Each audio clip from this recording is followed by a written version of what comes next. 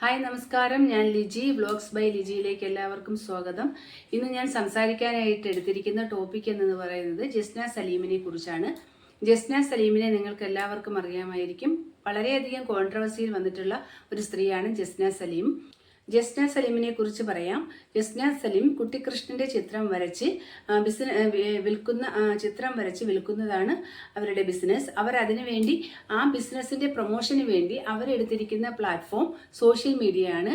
കണ്ണന്റെ പടം വരച്ച് അതിന്റെ മുന്നിൽ നിന്നുകൊണ്ട് റീൽസ് ചെയ്ത് അങ്ങനെ അതിലൂടെ ഒരുപാട് ആൾക്കാർക്ക് അവർ ചിത്രം അവരുടെ കോണ്ടാക്ട് നമ്പറും ഡീറ്റെയിൽസും ഒക്കെ കൊടുത്ത് ആ ചിത്രം ഓൺലൈനിലൂടെ കൂടുതൽ ചിത്രങ്ങൾ വിറ്റഴിഞ്ഞു പോവുകയാണ്.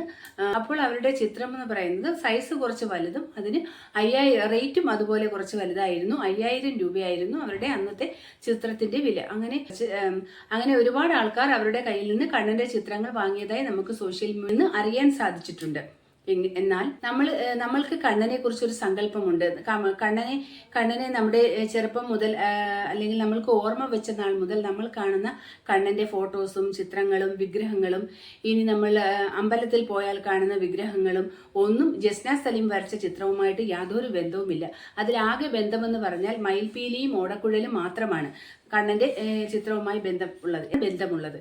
അപ്പോൾ ചോദിക്കും, നമ്മൾ കണ്ണനെ നേരിട്ടറിയാമോ? കണ്ണന്റെ ചിത്രത്തിന് യാതൊരു ബന്ധവും, അവർ വരച്ച ചിത്രത്തിന് കണ്ണന്റെ ചിത്രവുമായി യാതൊരു ബന്ധവുമില്ല എന്ന് പറയാൻ നമ്മൾക്ക് കണ്ണനെ നേരിട്ടറിയാമോ എന്ന് ചോദിക്കും. അങ്ങനെ നേരിട്ടറിയാവുന്നത് കൊണ്ടല്ല, പൈതൃകമായി നമ്മുടെ ഹിന്ദുമത വിശ്വാസികൾ ആരാധിച്ചു വരുന്ന കണ്ണന്റെ കുറച്ച് ചിത്രങ്ങളുണ്ട്.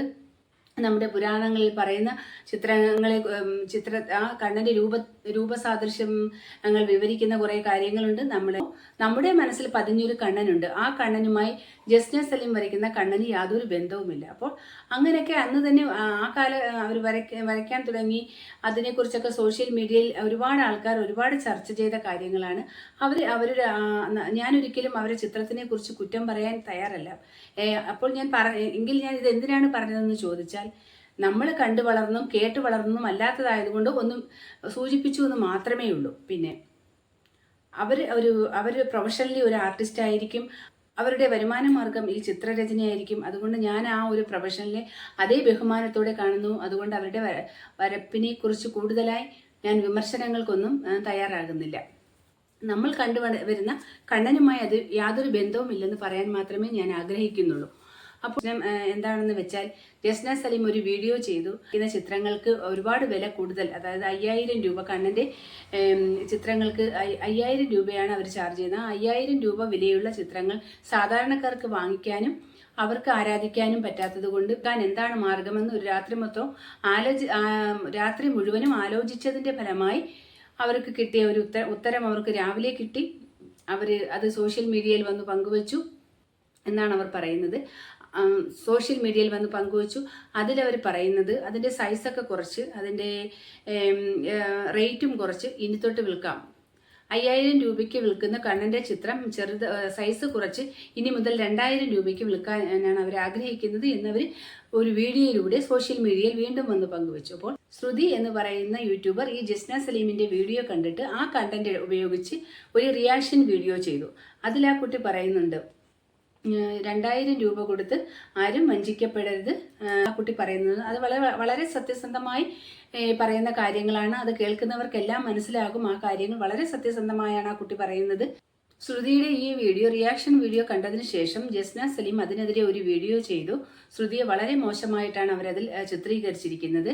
ശ്രുതി ജസ്ന സലീമിനെ കുറിച്ച് ചെയ്ത ഒരുപാട് റിയാക്ഷൻ വീഡിയോ ചെയ്തിട്ടുണ്ട്. ഇപ്പോൾ ചെയ്ത ലാസ്റ്റ് വീഡിയോയും ആ കുട്ടി അതിൽ ജസ്ന സലീം ചെയ്യുന്ന കാര്യങ്ങൾ മാത്രമേ പറഞ്ഞിട്ടുള്ളൂ. ഒരു വീഡിയോയിലും ആ കുട്ടി ജസ്ന സലീം ചെയ്യാത്ത ഒരു കാര്യം പറഞ്ഞിട്ടേയില്ല. അവർ ചെയ്യുന്ന ആ കണ്ടന്റിനെ ഉൾക്കൊണ്ടുകൊണ്ട് അതിൻ്റെ തെറ്റുകളും കുറ്റങ്ങളും മാത്രമേ പറഞ്ഞിട്ടുള്ളൂ. പക്ഷേ ജസ്ന ചെയ്തത് അങ്ങനെയല്ല. ശ്രുതിയെക്കുറിച്ച് ഒരു കള്ളക്കഥ ഉണ്ടാക്കി ഒരു പെൺകുട്ടിക്ക് ഏറ്റവും അപമാനകരമാകുന്ന രീതിയിൽ ഒരു കഥയുണ്ടാക്കി സോഷ്യൽ മീഡിയയിൽ പടച്ചു വിടുകയായിരുന്നു. പക്ഷെ അതാരും വിശ്വസിച്ചിട്ടില്ല എന്നുള്ളത് ആ കുട്ടിയുടെ ശ്രുതിയുടെ പെരുമാറ്റവും ആ ചാനൽ കാണുന്നവരും ആ കുട്ടിയെ അറിയാവുന്നവരും ഒരിക്കലും അത് വിശ്വസിക്കത്തില്ല. അത് ജസ്നയുടെ നാടകം തന്നെയാണെന്ന് എല്ലാവർക്കും അറിയാം. എങ്കിലും ശ്രുതി നിയമപരമായി മുന്നോട്ട് പോയാൽ ജസ്നയ്ക്കുണ്ടാകുന്ന ഭവിഷ്യത്തുകൾ അറിയാതെയായിരിക്കും നമുക്ക് ഒരു ശ്രീകൃഷ്ണന്റെ ഒരു പടം നമ്മൾ കണ്ടു വളർന്ന് നമ്മൾ ഒരു ശ്രീകൃഷ്ണന്റെ പടം വാങ്ങുമ്പോൾ മാക്സിമം 650-750 രൂപയ്ക്ക് അപ്പുറത്തേക്ക് പോകില്ല. പിന്നെ കുറച്ചുകൂടി വില വരുന്നത് വിഗ്രഹങ്ങൾ വാങ്ങുമ്പോൾ മാത്രമാണ്. വിഗ്രഹങ്ങളായാൽ പോലും മണ്ണിൽ കുഴിച്ച വിഗ്രഹങ്ങളാണെങ്കിലും 700 രൂപ 800 രൂപയ്ക്കൊക്കെ കിട്ടുന്നുണ്ട്. അതൊക്കെ നമ്മൾ കണ്ടു വളർന്ന അതേ ചായയുള്ള കണ്ണനെയാണ്. ലോഹ നിർമ്മിതമായ വിഗ്രഹങ്ങൾക്ക് മാത്രമേ കുറച്ച് വില കൂടുന്നുള്ളൂ. എങ്കിലും എനിക്ക് തോന്നുന്നില്ല ഈ 5000 രൂപയുടെ അടുത്തൊന്നും വരുമെന്ന് തോന്നുന്നില്ല. അതിനേക്കാൾ വളരെ താഴെ വിലയിൽ നമുക്ക് ലോഹം കൊണ്ടുണ്ടാക്കിയ വിഗ്രഹങ്ങൾ വിപണിയിൽ ലഭിക്കുന്നുണ്ട്. അപ്പോൾ അത് സത്യസന്ധമായി ശ്രുതി തൻ്റെ വീഡിയോയിലൂടെ പറയുകയായിരുന്നു.